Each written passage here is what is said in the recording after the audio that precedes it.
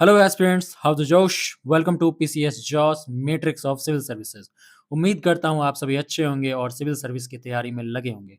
जिसे आसान बनाने के लिए हम आज आपके लिए लेकर आए हैं यूपीपीएससी एग्जामिनेशन की कंप्लीट डिटेल्स। जी हाँ दोस्तों, इस वीडियो में हम समझने वाले हैं प्रीलिम्स एग्जाम पैटर्न को, प्रीलिम्स के सिलेबस को, मेंस एग्जाम पैटर्न को, मेंस के सिलेबस को, और साथ ही साथ हम समझेंगे एलिजिबिलिटी क्राइटेरिया को यूपीपीसीएससी की। तो चलिए दोस्तों, शुरू करते हैं प्रीलिम्स से। प्रीलिम्स में दोस्तों दो पेपर होता है आपका, पेपर 1 और पेपर 2।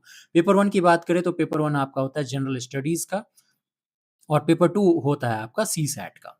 पेपर 1 की बात करें, जनरल स्टडीज़ की अगर हम बात करें, तो उसमें क्वेश्चन होते हैं आपके पास 150, और उसके लिए आपके पास मार्क्स होते हैं 200 मार्क्स। ड्यूरेशन की बात करें दोस्तों, तो इसके लिए भी आपको वक़्त मिलता है 2 घंटे का, और सीसैट की अगर हम बात करें, तो इसमें सिर्फ 100 क्वेश्चन होते हैं, और इसके लिए मार्क्स आपको 200 मार्क्स का ही होता है, और इसके लिए भी ड्यूरेशन आपको 2 आवर्स होता है। नेगेटिव मार्किंग की हम साथ ही साथ बात करें, तो इसमें 1/3 नेगेटिव मार्किंग है। जी हाँ दोस्तों, अगर आप क्वेश्चन गलत करते हैं तो 1/3 मार्क्स डिडक्ट हो जाते हैं। यानी कि पेपर 1 की अगर हम बात करें, पेपर 1 में अगर एक क्वेश्चन आप सही करते हैं, तो आपको 1.33 मार्क्स अलॉट किए जाएँगे। लेकिन वही अगर आप एक क्वेश्चन गलत कर देते हैं, तो आपको 0.44 मार्क्स नेगेटिव में चले जाएँगे। पेपर 2 की अगर हम बात करें, तो पेपर 2 आपका हर एक क्वेश्चन सही होने पे 2 मार्क्स प्रोवाइड करेगा। लेकिन अगर पेपर 2 में ये क्वेश्चन आप गलत करते हैं, तो 0.66 मार्क्स जो है वो नेगेटिव में चला जाएगा।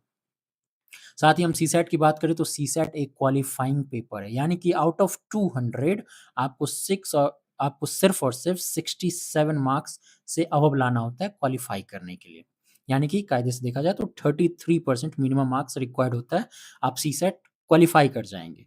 इसके मार्क्स मेरिट में काउंट नहीं होते, और जो जनरल स्टडीज़ 1 है, इसके भी मार्क्स मेरिट में काउंट नहीं होते, लेकिन इसको क्वालिफाई करने के बाद ही आप मेंस एग्ज़ाम लिखने के लिए एलिजिबल हो पाते हैं। तो चलिए पहले हम प्रीलिम्स के सिलेबस को समझ लेते हैं। जीएस पेपर 1 की बात करें, तो इसमें करंट अफेयर्स से क्वेश्चन होते हैं, जिसमें नेशनल, इंटरनेशनल एंड उत्तर प्रदेश के जो भी करंट अफेयर होंगे, वहाँ से क्वेश्चन पूछे जाएँगे। History of India, ancient, medieval, modern, साथ ही साथ इंडियन नेशनल मूवमेंट से क्वेश्चन आपको होंगे। साथ ही हम बात करें ज्योग्राफी की, तो ज्योग्राफी में Indian geography and world geography के क्वेश्चंस होंगे। इंडियन पॉलिटी एंड गवर्नेंस के क्वेश्चन होंगे। इकोनॉमी एंड सोशल डेवलपमेंट के क्वेश्चंस होंगे। Environment, ecology, biodiversity and climate change के भी क्वेश्चंस होंगे। साथ ही साथ जनरल साइंस, जो कि फिजिक्स, केमिस्ट्री, बायोलॉजी है, वहाँ से क्वेश्चन होंगे। और ही सबसे इम्पोर्टेंट आपका उत्तर प्रदेश स्पेशल। जी हाँ दोस्तों, उत्तर प्रदेश स्पेसिफिक क्वेश्चन भी पूछे जाएँगे। पेपर 2 की बात करें, जो कि सीसैट है, और जैसा कि मैंने बताया ये एक क्वालिफाइंग पेपर है। यहाँ से आपको रीडिंग कॉम्प्रिहेंशन के क्वेश्चन देखने को मिलेंगे। इंटरपर्सनल एंड कम्युनिकेशन स्किल्स के क्वेश्चन मिलेंगे, logical reasoning and analytical abilities के क्वेश्चन होंगे, decision making and problem solving के क्वेश्चन होंगे, जनरल मेंटल एबिलिटीज के क्वेश्चन, बेसिक न्यूमरेसी के जो क्वेश्चन होंगे वो आपका 10th लेवल पे होगा, यानी कि क्लास 10th लेवल के। डाटा इंटरप्रिटेशन के क्वेश्चन होंगे, इंग्लिश लैंग्वेज एंड कॉम्प्रिहेंशन के क्वेश्चन होंगे, वो भी आपके 10th लेवल का ही होगा, और साथ ही साथ जनरल हिंदी के जो क्वेश्चन होंगे वो भी क्लास 10th के लेवल के ही होंगे। तो चलिए हम अब मेंस पैटर्न को समझिए। मेंस में टोटल आपके पास 8 पेपर्स होते हैं, 8 पेपर, और ये सभी पेपर आपके 3-3 घंटे के होते हैं। और ये आपका डिस्क्रिप्टिव पेपर होता है। इन आठों सब्जेक्ट के बारे में जानते हैं। चलिए, पेपर 1 आपका जनरल हिंदी का होता है, जो कि आपका 150 नंबर का होता है, जो कि ऑब्वियसली 3 घंटे में आपको देना होता है। एस्से की बात करें, तो एस्से भी आपका 150 मार्क्स का होगा। बाकी आपके पास 6 जनरल स्टडीज़ के पेपर होते हैं, जिसमें से पेपर 5 और पेपर 6 जो है वो आपका उत्तर प्रदेश स्पेशल क्वेश्चन पूछे जाएँगे। बाकी इन चारों जीएस पेपर 1 टू 4 में आपके नॉर्मल जनरल स्टडीज़ के होंगे, जो कि मैं आपको आगे एक्सप्लेन करूँगा। और इसमें देखा जाए तो ये सभी के सभी पेपर आपके मेरिट में काउंट होते हैं। जी हाँ दोस्तों, इन सभी पेपर को मिला के आपके टोटल 1500 नंबर के एग्ज़ाम होते हैं, टोटल मेंस की बात करें तो। और मेंस में 1500 में आप जितना ज़्यादा स्कोर करेंगे, वो आपके मेरिट में उतना ही अच्छा रैंक लेके आएगा। चलिए साथ ही साथ हम मेजर चेंजेस समझ लेते हैं। पहले ऐसा होता था कि पहले 2 ऑप्शनल सब्जेक्ट्स होते थे, अब हमारे यूपी पीसीएस में कोई भी ऑप्शनल सब्जेक्ट नहीं होता। पहले सिर्फ 4 जनरल स्टडीज़ होते थे, अब 6 जनरल स्टडीज़ होते हैं, जिसमें कि मैंने बताया पेपर 6 और पेपर 5 जो है आपका उत्तर प्रदेश स्पेसिफिक होगा। साथ ही अगर हम इंटरव्यू की बात करें तो इंटरव्यू आपका टोटल 100 मार्क्स का होता है। इसमें आपकी पर्सनैलिटी, कम्युनिकेशन स्किल और प्रेजेंस ऑफ माइंड चेक की जाती है। साथ ही साथ आपके करंट अफ़ेयर यानी कि आप कितना ज़्यादा अपडेटेड हैं, गवर्नेंस को लेकर के करंट अफ़ेयर को लेकर के, डे टू डे जो एक्टिविटीज़ हो रही है हमारे नेशनल और इंटरनेशनल लेवल पे उसको लेकर के, आपकी अंडरस्टैंडिंग, आपके balance of judgement, leadership quality और अवेयरनेस वगैरह सब चेक किए जाते हैं और इन सभी के लिए आपके पास मैक्सिमम मार्क्स 100 होते हैं। और इसमें से आप जितना ज़्यादा स्कोर करते हैं, वो आपके मेरिट में काउंट होते हैं। यानी कि अगर हम टोटल की बात करें, तो टोटल जो फाइनल मेरिट लिस्ट बनती है आपकी, वो बनती है 1600 मार्क्स की। 1500 मार्क्स आपका मेंस का होता है और 100 मार्क्स आपका इंटरव्यू का होता है। सो आप 1600 में जितना ज़्यादा स्कोर करते हैं, आपका रैंक उतना ज़्यादा ही अच्छा आता है। तो चलिए साथ ही साथ हम मेंस के सिलेबस को भी समझ लें। पेपर 1 की बात करें जो कि आपका जनरल हिंदी है वो 150 मार्क्स का होता है। उसमें कॉम्प्रिहेंशन पैसेज से क्वेश्चन होते हैं, precise writing, letter writing, official writing, vocabulary and usages से, ग्रामर, इडियम एंड प्रोवर्ब्स से और साथ ही साथ हिंदी और इंग्लिश के ट्रांसलेशन से क्वेश्चन होते हैं। ऐसे पेपर की बात करें तो वो भी आपका 150 मार्क्स का होता है और ये आपको डिफरेंट टॉपिक्स पर हो सकता है जैसे कि हिस्ट्री, कल्चर एंड सोसाइटी पे, इकोनॉमी, पॉलिटी एंड गवर्नेंस पे, साइंस, एनवायरनमेंट एंड टेक्नोलॉजी पे, एग्रीकल्चर, इंडस्ट्री एंड ट्रेड पे, नेशनल एंड इंटरनेशनल इश्यूज़ पे और साथ ही साथ सबसे important Uttar Pradesh specific issues पे आपको एस्से लिखने को मिल सकता है। पेपर 3 की बात करें जो कि आपका जीएस पेपर 1 है और वो आपका 200 मार्क्स का होगा। उसकी अगर हम टॉपिक्स की बात करें तो इसमें आपका इंडियन हेरिटेज एंड कल्चर से क्वेश्चन होगा, मॉडर्न इंडियन हिस्ट्री से क्वेश्चन होगा, वर्ल्ड हिस्ट्री से, इंडियन सोसाइटी से, geography of India and world geography से और साथ ही साथ obviously Uttar Pradesh history and culture से क्वेश्चन आपको पेपर 3 यानी कि जीएस 1 में देखने को मिलेगा। साथ ही पेपर 4 की बात करें तो ये आपका जनरल स्टडीज़ पेपर 2 है। ये भी आपका 200 मार्क्स का होगा और इसमें हम सब्जेक्ट्स की बात करें तो इसमें इंडियन कॉन्स्टिट्यूशन से क्वेश्चन होंगे, governance, social justice, international relations, welfare schemes और साथ ही साथ ऑब्वियसली उत्तर प्रदेश एडमिनिस्ट्रेशन से भी क्वेश्चन देखने को मिलेगा। चलिए साथ ही साथ हम पेपर 5 की भी बात करें तो पेपर 5 आपका जनरल स्टडीज़ 3 होगा जिसमें आपको economic development, agriculture, science and technology, environment, ecology and biodiversity, disaster management, internal security and Uttar Pradesh economy के क्वेश्चंस आपको देखने को मिलेंगे। साथ ही पेपर 6 की बात करें जो कि आपका जनरल स्टडीज़ पेपर 4 होगा, ये भी आपका 200 मार्क्स का होगा और इसमें जो पेपर आपको आएँगे वो एथिक्स, इंटीग्रिटी एंड एप्टीट्यूड के क्वेश्चन होंगे।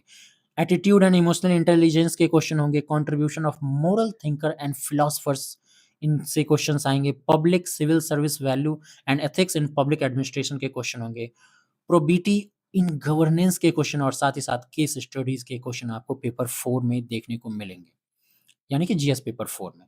पेपर 7 की बात करें जो कि आपका यूपी स्पेशल पेपर होगा और ये जीएस 5 भी होगा। साथ ही साथ ये भी 200 मार्क्स का होगा। इसमें आपको geography of Uttar Pradesh, economy of Uttar Pradesh, agriculture of Uttar Pradesh, cultural heritage of Uttar Pradesh, population, settlement, urbanisation of Uttar Pradesh और साथ ही साथ resource and environment of Uttar Pradesh के क्वेश्चन यानी कि ये सभी आपको उत्तर प्रदेश स्पेसिफिक क्वेश्चन देखने को मिलेगा। अब इसी के साथ हम लास्ट पेपर की बात करें जो कि यूपी स्पेशल पेपर लास्ट होगा यानी कि 6th पेपर या फिर पेपर 8 की हम बात करें, वो आपका गवर्नेंस और administration and development in UP से क्वेश्चन होगा। Social structure issues, public welfare scheme in UP, institutions and bodies in Uttar Pradesh और साथ ही साथ current issues and development in Uttar Pradesh, इन सभी से क्वेश्चन होगा। तो ये दोस्तों ये था हमारा मेंस का सिलेबस। चलिए साथ ही साथ हम एलिजिबिलिटी क्राइटेरिया की बात कर लें। अगर आप इस फॉर्म को भरना चाहते हैं तो उसके लिए आपके पास इंडियन सिटीज़न होना मस्ट है। जी हाँ दोस्तों, जो भी इंडिया के सिटीज़न हैं वो इस फॉर्म को भर सकते हैं। साथ ही अगर हम एजुकेशनल क्वालिफ़िकेशंस की बात करें, तो अगर आपके पास बैचलर डिग्री यानी कि आपने बीएससी, बीसीए, बीकॉम वगैरह कर रखा है, तो आप एलिजिबल हैं इस फॉर्म को भरने के लिए। साथ ही साथ कुछ सर्टेन स्पेशलाइज़्ड पोस्ट होंगे जैसे कि सब रजिस्ट्रार के लिए, उसके लिए आपका एलएलबी किया होना ज़रूरी है। साथ ही स्टैटिस्टिकल ऑफिसर की बात करें तो उसके लिए आपको post graduate in mathematics and statistics और रिलेटेड सब्जेक्ट से आपका ग्रेजुएशन होना चाहिए, पोस्ट ग्रेजुएशन होना चाहिए। और ऐसे ही कुछ टेक्निकल जो पोस्ट होंगे उसके लिए जैसे मेडिकल पोस्ट के लिए आपको मेडिकल क्वालिफ़िकेशन होनी चाहिए आपके पास। साथ ही साथ अगर हम एज लिमिट की बात करें तो मिनिमम एज लिमिट आपके पास 21 ईयर है। जी हाँ दोस्तों, अगर आप 21 साल के हैं और आपके पास एजुकेशन में बैचलर डिग्री है, तो आप इस फॉर्म को अप्लाई कर सकते हैं। मैक्सिमम एज की बात करें तो maximum age age general category के लिए 40 साल है।